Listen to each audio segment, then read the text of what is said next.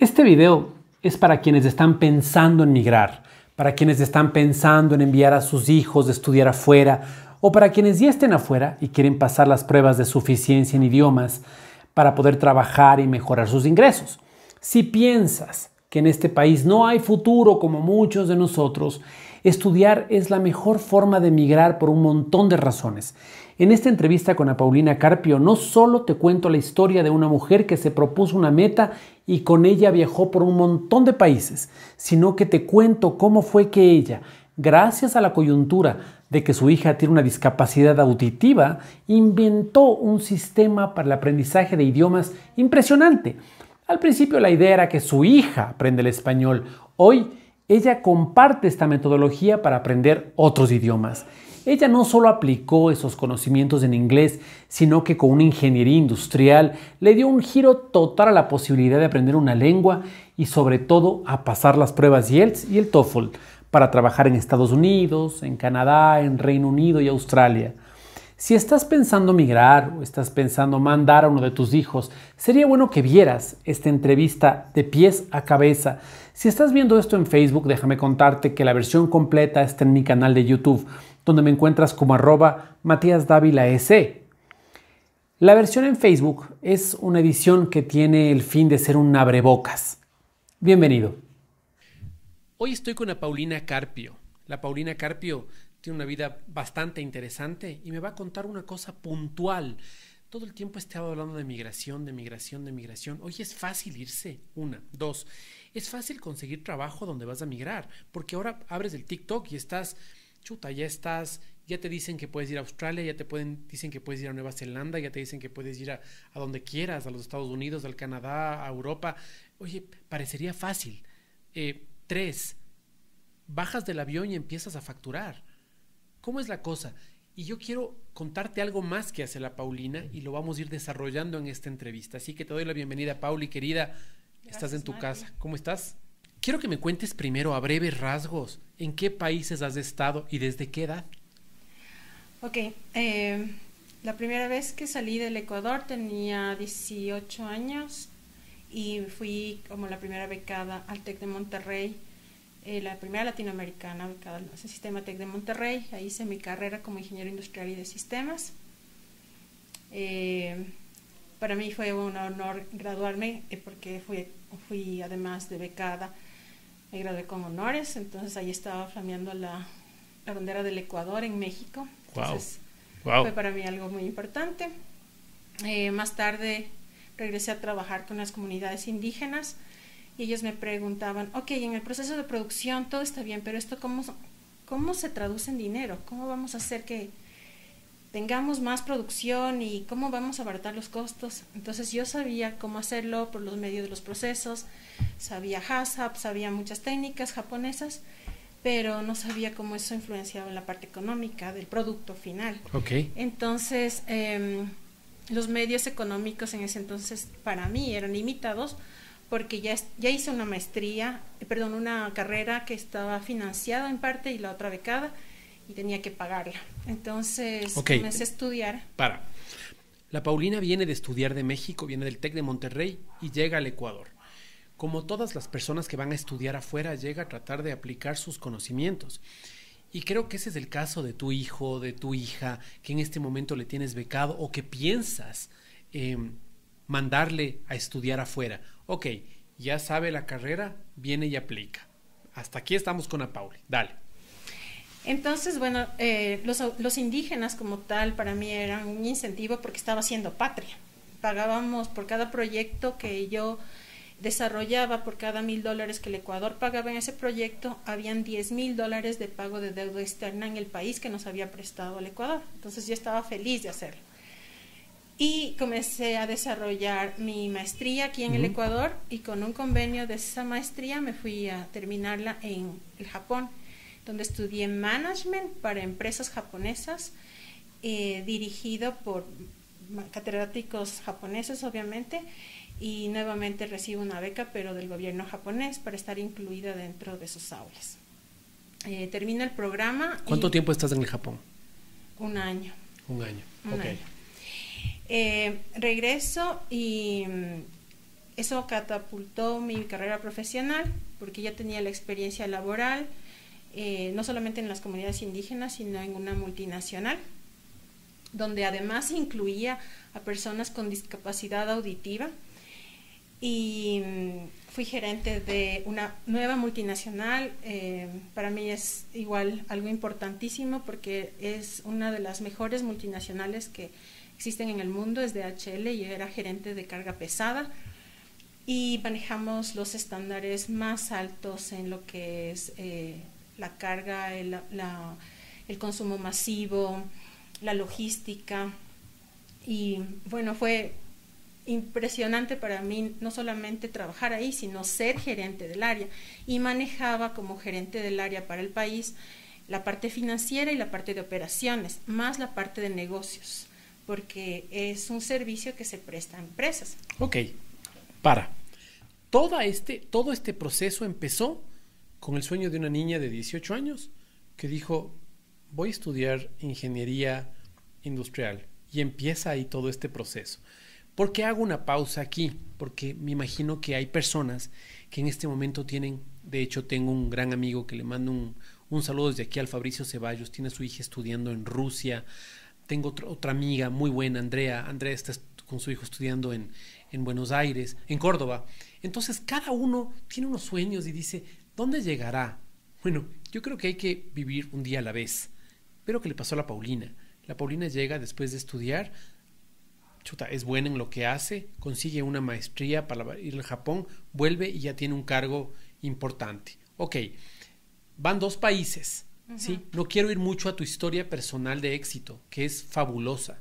Quiero ir al tema de migración. Luego, ¿qué pasa para que vayas a otro país? Bueno, pasan los años y como gerente de diferentes empresas, a pesar de que manejas logística y manejas los tratos comerciales, estás hablando en inglés, el nivel de inglés no es tan profundo y como dicen en inglés, if you don't use it, you lose it. Entonces vas perdiendo tu habilidad en el idioma. ¿Se pierde esa habilidad, Pauli? Claro que sí, claro que sí. Yo conozco australianos que estudiaron allá su primaria, vinieron al Ecuador y perdieron el inglés. Wow. Entonces, ok. Ajá, sí, okay. Sí se pierde. Y yo perdí eso 2 veces, porque a los 15 años yo ya tenía mi suficiencia de inglés. Luego la perdí, luego regresé a la universidad, la volví a elevar al nivel, y luego mientras estaba trabajando otra vez la perdí, no es el mismo nivel. Y entonces hay las becas de excelencia para los ecuatorianos, pero para llegar a esas becas de excelencia tú tienes que marcar un buen puntaje de ingreso en el inglés para que esas universidades te acepten. Por favor. Tengo que hacer una pausa aquí porque hay personas que nos están viendo en este momento que dicen, claro, mi hijo es brillante en literatura, en química, en matemáticas, pero es medio flojito en inglés. Es decir, sus oportunidades se ven mermadas. No, porque antes de esta entrevista yo te contaba que yo era una estudiante promedio. O sea, antes los evaluábamos sobre 20 y mi promedio normal era 17.5. Eso no es algo sobresaliente. Tampoco era mi fuerte el inglés, por eso estudié en un instituto aparte y por eso llegué a tener una suficiencia. Entonces, es a lo que tú quieras ser, es igual que alguien que toca una guitarra, un piano. Tú comienzas sin tocar bien el piano, poco a poco vas adquiriendo la habilidad y es solamente la persistencia y tu sueño el que te lleva a lograrlo. Ok, pero la persona que tiene un mejor inglés, evidentemente tiene más oportunidades. Así es. Ok, así sigamos. Entonces, vamos a... me estabas contando acerca de tu tercer país. ¿Qué pasa? Bueno, busco una manera de utilizar nuevamente mi estrategia de conseguir una beca para ir a estudiar. Entonces, llego a la China a hacer una especialidad en e-commerce y logística, que era todo en inglés, para los países en desarrollo. Entonces, fui becada igual por el gobierno de China, por tener en el Ecuador un vasto conocimiento de la logística y tener una trayectoria renombrable en el área. Entonces voy allá, hago esta especialidad y luego cuando regreso ya me alcanzaba los 35 años y decidí dejar una super empresa, un super cargo, porque era mi sueño o seguir siendo gerente. Y entonces hay cosas que el dinero no puede comprar, y era mi sueño de toda la vida. Entonces renuncié a mi cargo sin tener becas, sin tener nada adelante, solamente ese deseo. Fui a entrenarme en un tema que es importante, que se llama IELTS y TOEFL. Son exámenes compulsivos para las universidades. Y en ese viaje, mientras yo estaba en migración, me encontraba con más ecuatorianos, que ellos también habían dejado sus cargos, tenían menos edad que yo, algunos hasta 10 años menos que yo, y estaban persiguiendo el mismo sueño de alcanzar la beca, y todos habían vendido sus carros, habían utilizado dinero de la familia. ¿Es muy habitual eso? O sea, yo pensé que era la única. Wow. Entonces, habíamos algunos ecuatorianos haciendo eso. Okay. La diferencia muchas veces es que en China, por ejemplo, los estudiantes reciben 3 horas de inglés diarias en un colegio público. En el Ecuador reciben 7 semanales. Entonces, si multiplicas 52 semanas por 7 horas versus 52 semanas por 15 horas, o sea, tienes un montón de diferencia en la cantidad de que puedes absorber. Y hay palabras que las usas y las entiendes y las aprendes. Entonces, cuando yo, por ejemplo, tenía 32 años, le decía a mi hijo, oye, ¿cómo se dice mandil? Ay, mami, pues tú ya debes saber, porque mi hijo es completamente bilingüe. De esos otros viajes que ya te voy a contar. Y me dice, ya tú ya debes saber. Pero digo, yo no llego al trabajo con un mandil. Yo no sé cómo se dice. Ni tampoco sé cómo se dice sacapuntas. Dime por favor. Entonces era como que una ayuda entre los dos. Al final llegamos a la conclusión de que así como yo, mamá, puedo enseñarle a mi hijo, él puede enseñarme cosas a mí. Y yo le decía, yo tengo otras oportunidades y esas oportunidades te las estoy pasando, pero yo no tuve esas oportunidades cuando tú eras niño. Hay cosas en español que no sabes cómo se llama. O sea, hay cosas en español que dices, chuta, o no me acuerdo, sí, o no te acuerdas. Claro, sororidad. Perdón, ¿qué es eso? Y hay un montón de palabras que todos los días van pasando y dices, no. Entonces, claro, imagínate en otra lengua. ¿Cuánto tiempo necesitas para perfeccionar una lengua? Técnicamente necesitas 40.000 horas de inmersión en el lenguaje para que aprendas un idioma, que eso representa aproximadamente 6 años, que es la misma edad que se demora un niño en aprender a hablar. Ok. Una de las cosas que tú... Quiero seguir en el tema, pero quiero irme adentrando en una cosa que es importantísima de tu experiencia y de tu historia, y es el hecho de que tú vas desarrollando, claro, evidentemente había todo este ímpetu en estudiar, en llegar más lejos, estabas en la China, fuiste a Japón, estuviste en México, wow. Brevemente, ¿dónde más has estado? Luego me gané la beca de excelencia, estuve en Australia, en la universidad número 1 en ingeniería, y mi hijo estaba en la guardería. Entonces era precioso porque él decía, mami, me voy a ir a la Universidad de Melbourne en la guardería, ¿no? Entonces era algo para mí que no tenía valor, era una forma de trabajar para mí. Y luego fui a Canadá. Mi último destino fue Canadá. Tu último destino fue Canadá, ok. De tu experiencia... Hay muchas personas que están migrando, evidentemente. ¿A quién le hablo en este momento? No le hablo a la persona que tiene un bachillerato y que ya tiene 50 años y que quiere migrar a ver qué pasa. No le hablo a esta persona. En este momento le estoy hablando a la persona que sueña en migrar, que dice, en este país no veo futuro, que nos pasa a muchos, y que dice, tengo una carrera profesional, tengo un inglés así nomás, y quiero enterarme estas cosas porque me parecen espectaculares. Yo puedo desarrollarme en otro país a través de mi profesión, pero tengo ciertos problemas con inglés. Cuando yo le contacto a la Pauli, cuando le conozco a la Pauli, claro, mi primera sensación fue, ella es profesora de inglés, y después me dice, no, lo que yo enseño es una metodología diferente por una particularidad, por una coyuntura. Quiero entrar a una parte muy importante de esta conversación, que es una hija de la Pauli. La Pauli tiene una hija que tiene una discapacidad auditiva. Para que esta niña pueda hablar, para que esta niña pueda entender y pueda desarrollar el idioma, tuvo que desarrollar una metodología específica. Si esta metodología podemos utilizar para aprender una lengua, wow, estamos potencializando las probabilidades que tenemos de tener éxito en esa lengua. Cuéntanos acerca de eso, Pauli.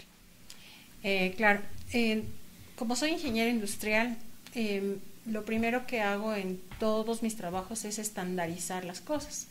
Entonces, lo primero que hice al saber que mi hija tenía una discapacidad auditiva es entrenarme, ser su primera maestra, ser su terapista de lenguaje. Me entrené en Estados Unidos, en idioma inglés, por supuesto. Y cuando ya tuve todas las herramientas, creé procesos diarios para ella, para su edad específica. Y eso hacía que ella comience a tener el lenguaje de manera natural. Te pongo un ejemplo. Para mí, ir al supermercado era una tarea propia, que no necesitaba ayuda de mi hija o de mi hijo, pero yo la llevaba con un propósito.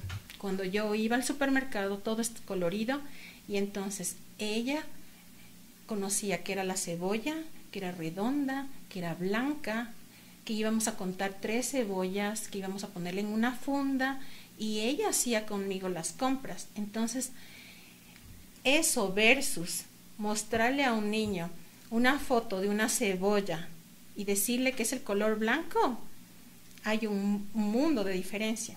Entonces, el proceso de educación activa hace que existan nuevas conexiones neurosensoriales.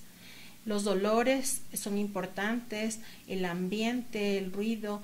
Entonces, yo tenía que preparar mi día para que ella tuviera experiencias en todo momento, y ella pueda recolectar la información que se le estaba dando. Además que hay la parte de la pronunciación, donde hay modelos específicos para que la persona que está aprendiendo a desarrollar su lenguaje verbal se dé cuenta de lo que le hace falta. Entonces, paralelamente a que estaba haciendo este desarrollo con mi hija, yo sabía que para poder migrar y no perder el tiempo en otro país, utilicé esas técnicas para pasar mi examen migratorio, para pasar la puerta donde un país extranjero me diga, ¿quieres venir a este país? Eres bienvenida, dame tu título, yo te transfiero aquí tus créditos. Y eso lo hice con Canadá y eso lo hice con Australia. ¿Le has puesto un nombre a esta metodología tuya? No todavía. No todavía. He utilizado esta técnica con otros papás que tienen también niños con discapacidad, porque mientras vas al Ministerio de Salud Pública a esperar por cierto turno, o mientras vas a la terapia con otros niños, comienzas a comunicarte con las mamás y decirles, mira, esto es lo que tienes que hacer.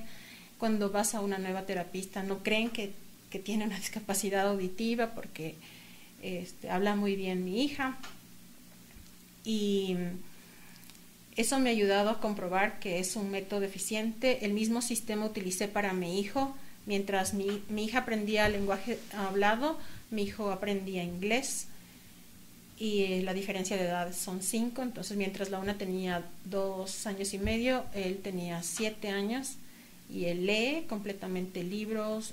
Un libro de 100 hojas se puede leer en una tarde, en 2 o 3 horas.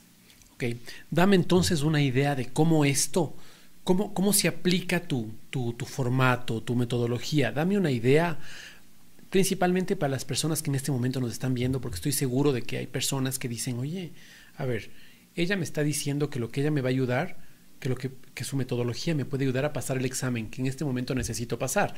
El método tradicional es coger mi libro, coger mis audífonos, empezar a escuchar todo en inglés y prepararme así, o ir a una academia de inglés a tratar de pasar, con la particularidad de que la persona que te enseña ahí puede ser un nativo, él nunca pasó el examen. Así es. Sí. Entonces tú sí. A ver, dame una idea de cómo funciona, por favor. Bueno, primero son 4 semanas de entrenamiento y cada semana está dirigida a una habilidad que los exámenes tienden a evaluarte. La primera es el listening, luego el speaking, la siguiente el writing y el último es el reading. ¿Qué es lo que hacemos cada día? Yo comienzo la clase dándoles un tip. Ejemplo, la primera clase te voy a pedir que todo tu teléfono esté seteado en inglés, porque tú ya conoces tu teléfono y ahora vas a forzar a tu cerebro a que lo aprenda en inglés. O sea, vas a tener por lo menos 40 palabras nuevas en inglés. A partir de que tú tienes 40 palabras, tú puedes generar oraciones.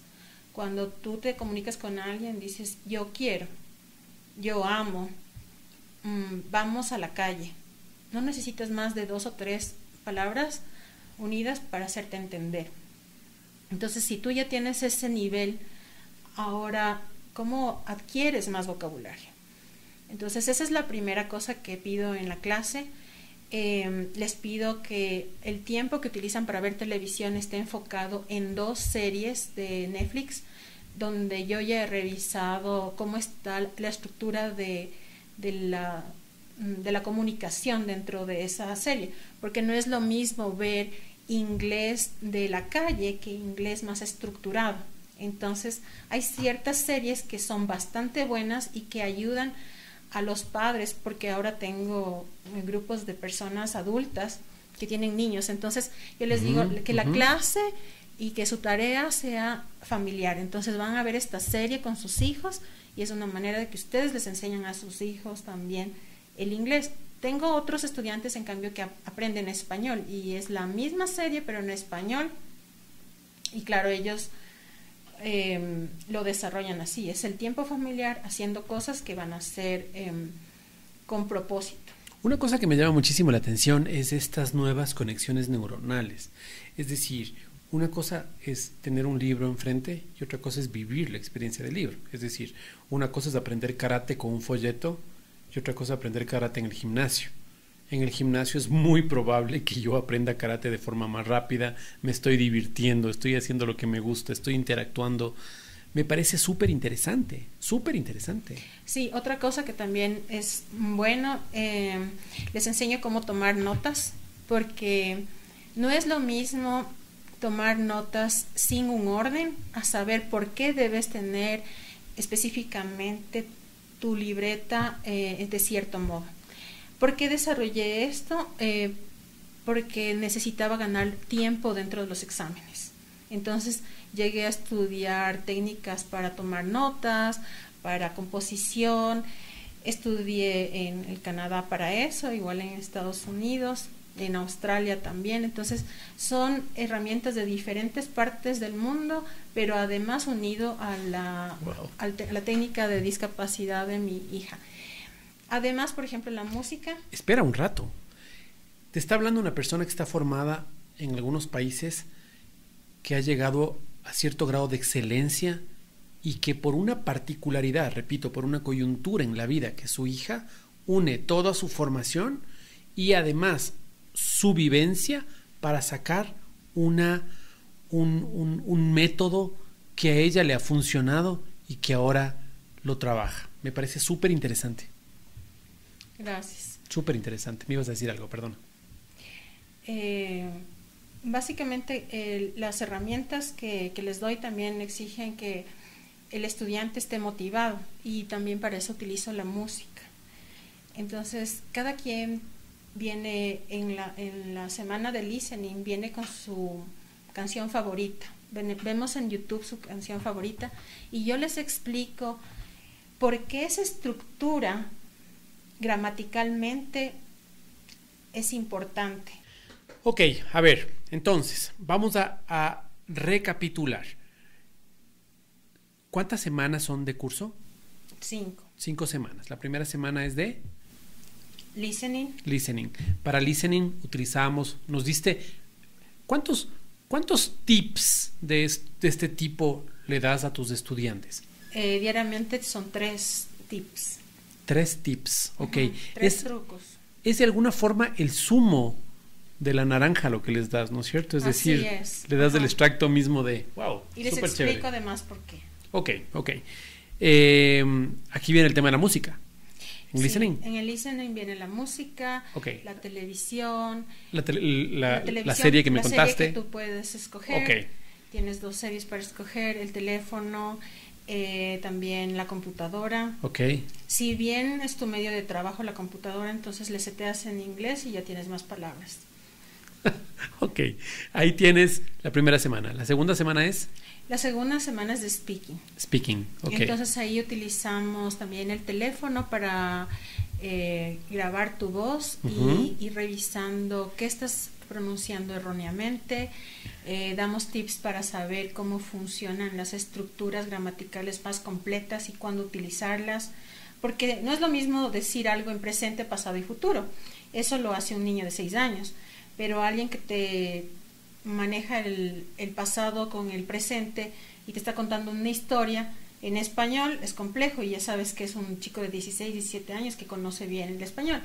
Eso pasa lo mismo en inglés. Entonces, si tú tienes una mejor complejidad en los tiempos que estás manejando, en los tiempos gramaticales, por supuesto, tienes un mejor puntaje. Entonces, yo les enseño por qué y cuándo deben utilizarlos y cómo eso en el momento que tú estás desarrollando el speaking puede hacerse notar.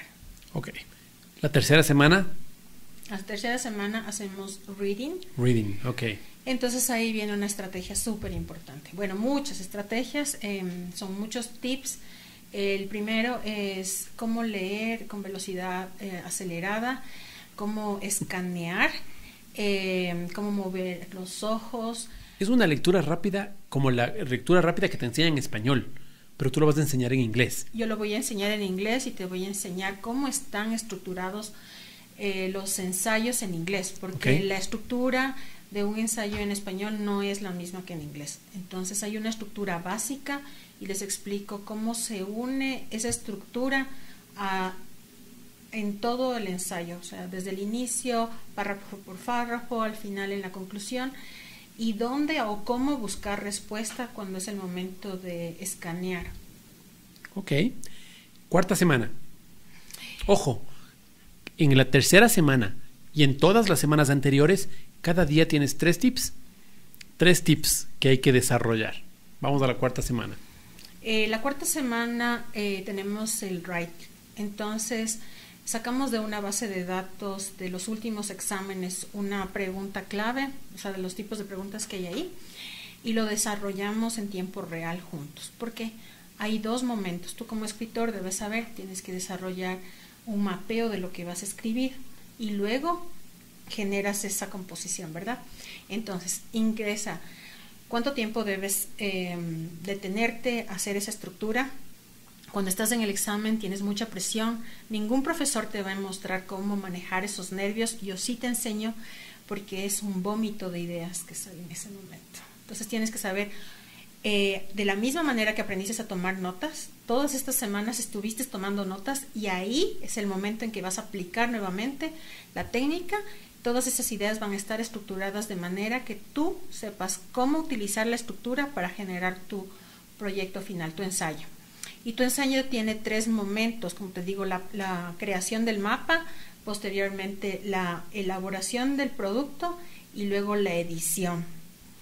La edición te permite desarrollar los últimos toques y eso es importante porque si tienes una falta de ortografía es un punto menos. Entonces perdiste 20 minutos quizás desarrollándolo, pero tienes tantos errores gramaticales o te faltó una coma que vas perdiendo puntos.